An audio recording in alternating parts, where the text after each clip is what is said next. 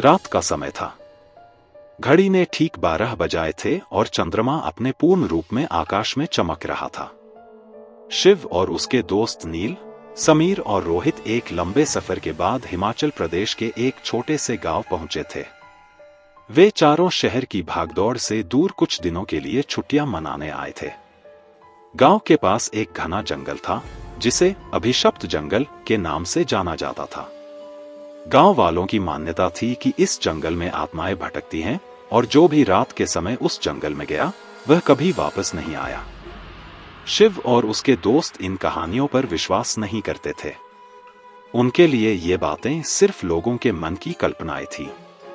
उन्होंने गांव के एक पुराने होटल में रुकने का फैसला किया और अगले दिन जंगल की ओर निकलने की योजना बनाई। सुबह होते ही चारों दोस्तों ने जंगल में ट्रैकिंग की योजना बनाई। जब वे गांव के लोगों से जंगल के रास्ते की जानकारी लेने पहुंचे, तो गांव वालों ने उन्हें सख्त हिदायत दी कि वे जंगल में रात होने से पहले वापस आ जाएं। शिव ने हंसते हुए कहा, हम सिर्फ जंगल देखने जा रहे हैं, भूत प्रेत जैसी कहानियों में हम यकीन नहीं करते। गांव वाले चुप हो गए, लेकिन उनकी आंखों में डर साफ झलक रहा था। दोपहर के समय चारों दोस्त जंगल की ओर निकल पड़े। रास्ता संकीर्ण और कच्चा था। जंगल की घनी हरियाली और वहां की खामोशी एक अजीब सा माहौल बना रही थी। चलते चलते शाम होने लगी और अचानक हवा में एक ठंडक सी आ गई। नील ने कहा, चलो वापस चलते हैं, रात होने वाली है। लेकिन शिव, जो सबसे साहसी था, बोला, अभी तो रात का असली रोमांच शुरू होगा। हम थोड़ा और अंदर चलते हैं, फिर वापस लौटेंगे। बाकी दोस्त अनमने मन से उसके साथ हो लिए। जंगल में गहराई तक पहुंचते ही चारों ने महसूस किया कि कुछ अजीब है। हवाओं में अजीब सी फुसफुसाहट होने लगी। समीर ने अचानक कहा, तुमने सुना? कोई हमारी ओर बढ़ रहा है। सभी रुक गए। पूरी रात घुप अंधेरा छा चुका था। जब वे चारों पलटे तो देखा कि उनके पीछे कोई नहीं था। शिव ने हंसते हुए कहा, यह सिर्फ तुम्हारा भ्रम है। नील ने कहा, यह जगह कुछ ठीक नहीं लग रही, हमें वापस जाना चाहिए। लेकिन तभी रोहित ने दूर एक झिलमिलाती रोशनी देखी।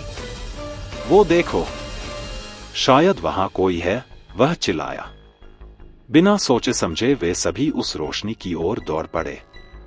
जब वे उस जगह पहुंचे तो वहां एक पुराना खंडहर हो चुका मंदिर था। मंदिर के पास एक बुढ़िया बैठी हुई थी, जिसके हाथ में एक मशाल थी।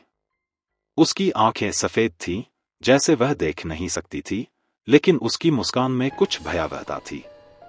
बुढ़िया ने धीमी आवाज में कहा, तुम सबने यहां आकर बहुत बड़ी भूल की है। अब यह जंगल तुम्हें कभी जाने नहीं देगा।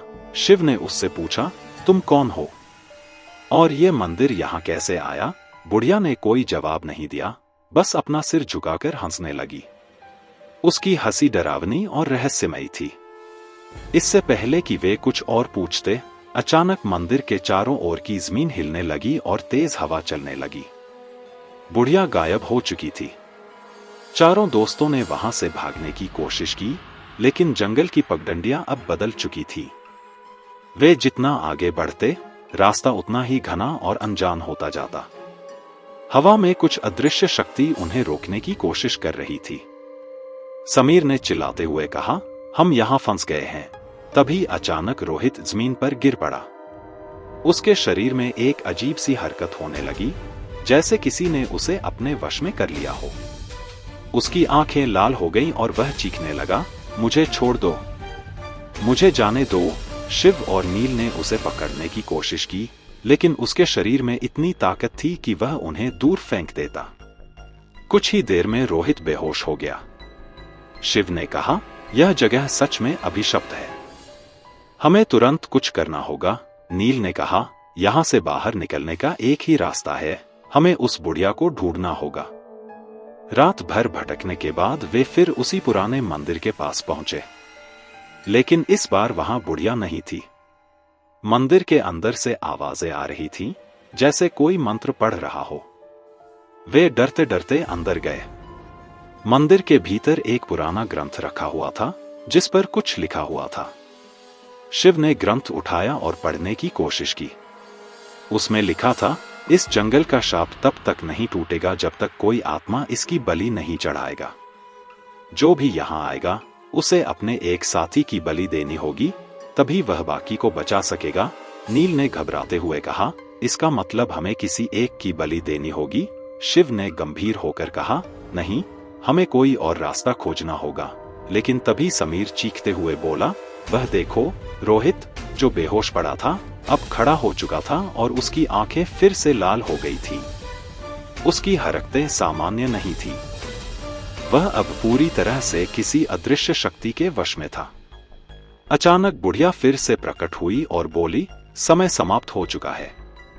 इस जंगल से बाहर निकलने का एक ही तरीका है, या तो बलि चढ़ाओ या सभी यहाँ हमेशा के लिए फंस जाओगे। शिव ने बुढ़िया से पूछा, कौन हो तुम और ये सब क्यों हो रहा है? बुढ़िया ने धीरे धीरे बताया कि वह एक बार इस जंगल की रानी थी, लेकिन एक काले जादूगर ने उसे श्राप दिया था और तब से वह आत्माओं को अपने वश में कर उन्हें अपने साथ जोड़ती आ रही थी। जो भी यहाँ आता वह इस अभिशाप का हिस्सा बन जाता। शिव ने हिम्मत जुटाई और कहा, हम यह खेल नहीं खेलेंगे। लेकिन बुढ़िया की शक्ति इतनी थी कि वे उसके सामने बेबस थे। अंत में रोहित को बलि के रूप में स्वीकार करना पड़ा ताकि बाकी दोस्त वहां से बाहर निकल सके। जब वे वापस गांव पहुंचे तो कोई भी उनकी बात पर विश्वास नहीं कर पाया।